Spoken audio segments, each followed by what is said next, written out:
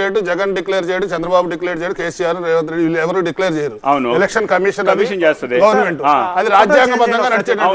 ఒకటి డిక్లరేషన్ అయిన డేట్ ప్రకారంగా ఆ డేట్ ఈ నిలబడే వ్యక్తికి యోగిస్తుందా యోగించదా, ఇతను వేస్తున్నటువంటి నామినేషన్ కి ఇతని జాతకం అనుకూలంగా ఉందా లేదా, యోగాలు ఎలా ఉన్నాయి, ఇది అవయోగం అవుతుందా, ఇది ఎట్లా అవుతుంది, ఎలా ఉంది చెప్పండి, భంగం అవుతుందా అనే విషయాన్ని మనం గ్రహించాలి తప్ప అంతే తప్ప జగన్ కి ఇన్ని సీట్లు వస్తాయి, చంద్రబాబు నాయుడుకి ఇన్ని వస్తాయి అనేది కాదు. ఇక్కడ ఎవరో ఒకళ్ళే గెలుస్తారు, ముఖ్యంగా మంత్రి అయ్యేది ఒకటే, అది కూడా అక్కడ కేబినెట్ నిర్ణయం చేసుకుని ఈయన్ని ముఖ్యమంత్రి చేయాలని చెప్పేసి నిర్ణయం చేసుకుంటారు. అంతే తప్ప అక్కడ డబ్బు ఉందా, లేకపోతే నాకు ఇది పవర్ ఉందా, లేకపోతే నాకు ఈ దమ్ము ఉందా అని చెప్పేసి ఎవడు చూడు. అధికారం పాలించేటటువంటి లక్షణాలు ఎవరికి ఉన్నాయని చూస్తారు. ఇక్కడ ముఖ్యంగా మనం జగన్ జాతకాన్ని కనుక చూసుకుంటే ఇక్కడ మీకు ఒక విషయం చెప్తా వినండి, పూర్తి విశ్లేషణ ఇస్తా. 21/12/1972 1:36 అని చెప్పారు. ఇక్కడ ప్రతి గడియ తీసుకోవాలి. పూర్వం గడియ విగడియలు సెకండ్లతో సహా ఫ్రాక్షన్ ఆఫ్ సెకండ్స్ లో కాసేపు ఆగితే ఏం జరుగుతుందో మనకే తెలియదు.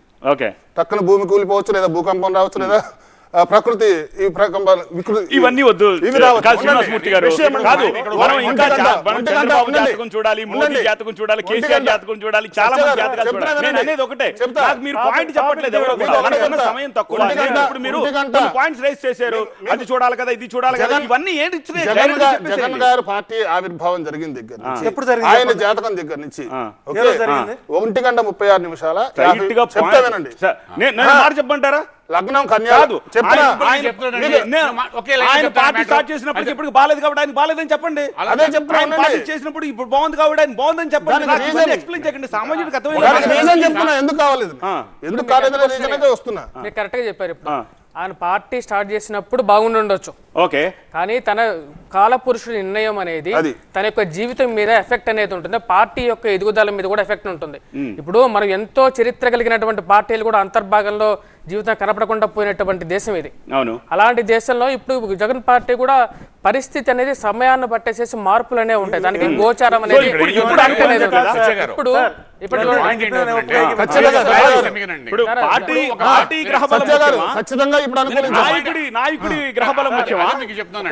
ఇక్కడ ఏంటంటే పార్టీ ఆవిర్భవించినప్పుడు వైఎస్ఆర్సీపీ అనుకోండి, తెలుగుదేశం అనుకోండి, ఏదైనా అనుకోండి, ఆ ఆవిర్భవించిన దానికి లగ్నం ఉంటుంది, దానికి దశ ఉంటుంది, దానికి అంతర్దశ ఉంటుంది, దానికి గోచారం ఉంటుంది.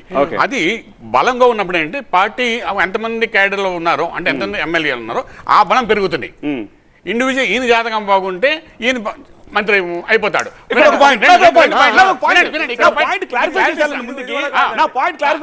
తెలుగుదేశం పార్టీ పెట్టినప్పుడు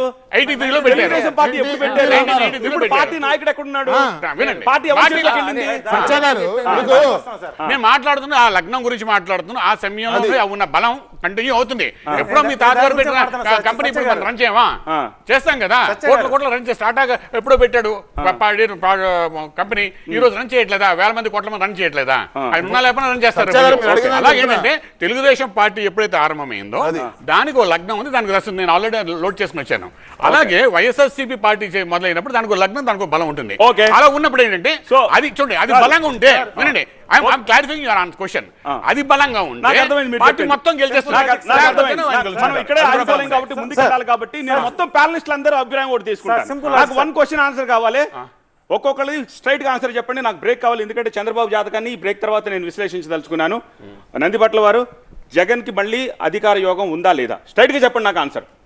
అధికార యోగం ఉందండి, ఉంది. నెక్స్ట్ మంతా సార్ ఎంత స్టైల్ గా అడిగారు. అంతే, నాకు టైం లేదు. బలం లేదండి ఇప్పుడు బలం లేదానికి, ఆయనకి బాగాలేదు. ఆయనకి బలం ఉంది. పార్టీ వైఎస్ఆర్సీపీ అనే ఏదైతే ఆరంభించో దానికి బలం లేదు కాబట్టి పార్టీకి బలం లేదు. పార్టీకి బలం లేదు. పార్టీ అంటే మనకు పార్టీ కలిసి 7/5/2024 నుంచి 18/10/2024 వరకు శని మహర్దశలో విదశ వల్ల ప్రతిపక్ష నాయకుని హోదా లభించడానికి మాత్రం సూచిస్తోంది. ప్రతిపక్ష నాయకుడు హోదా అంటే నాకు అర్థమైంది. జీవీఎల్ ఆచార్యులు 107 స్థానాలతో గెలుస్తున్నాడు. ఓకే, 2:2 బలం లేదండి, బలం లేదు. 3:2 చంద్రశేఖర్ శర్మ గారు, 100 సీట్ల దాడుతుంది ఆయనకి జగన్మోహన్ రెడ్డి గారు. ఓకే, 3:3 చిలకమర్తి వారు. సత్య గారు చెప్పండి. చిలకమర్తి వారు ఈ సంవత్సరం చంద్రబాబు నాయుడు గారి జాతకం, నారా లోకేష్, పవన్ కళ్యాణ్ జాతకం 3 అద్భుతంగా ఉన్నాయి. జగన్మోహన్ రెడ్డి గారి జాతకం వీళ్ళతో చూసుకున్నట్లయితే అంత అనుకూలంగా లేదు. ఆయన గ్రహస్థితి కూడా ప్రస్తుతం ఓకే, 4:3. ఈ సంవత్సరం ఆయన ప్రతిపక్షంలో ఉండే ఫైనల్ గా శ్రీరామకృష్ణ శర్మ గారు వచ్చారని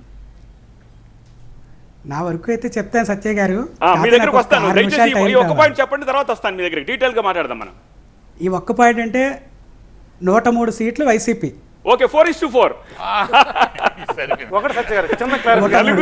నలుగురు జగన్ కి అధికారం వస్తుందని, నలుగురు జగన్ ప్రతిపక్ష పాత్రలోకి వెళ్ళిపోతారని చెప్పి ఒక పార్టీ నాకు ఒక 6 నిమిషాల సమయం కావాలి. వస్తాను. పార్టీ ముహూర్తం అది కాంగ్రెస్ పార్టీ కావచ్చు, బీజేపీ, టీడీపీ కావచ్చు అండి, 44 సంవత్సరాల ముహూర్తం పనిచేయదండి. ఓకే, 44 సంవత్సరాల తర్వాత ఆ రాజకీయ పార్టీ ముహూర్తం పనిచేయదు కాబట్టి కాంగ్రెస్ పార్టీ 14 ఏళ్ల నుంచి అజ్ఞాతవాసంలో ఉంది. కానీ కాంగ్రెస్ పార్టీ 100 ఏళ్ల క్రితం party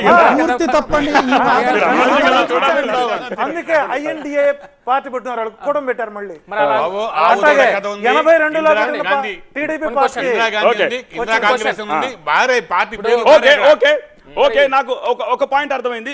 let me clarify this. చూసే వాళ్ళకి ఒక క్లారిటీ ఇద్దాం. సో 8 మంది జ్యోతిష్యులు ఉంటే అంతా జ్యోతిష్యులు అయితే ఆ 8 మందిలో ఒక నిమిషం శ్రీరామ్ శర్మ గారు, ఈ 8 మందిలో 4 జగన్ తిరిగి అధికారం చేపడతారు, రెండవసారి ముఖ్యమంత్రి అవుతారు అని చెప్పి, 4 ఆయన ప్రతిపక్ష పాత్ర పోషిస్తారని చెప్పేసి చెప్తూ ఉన్నారు.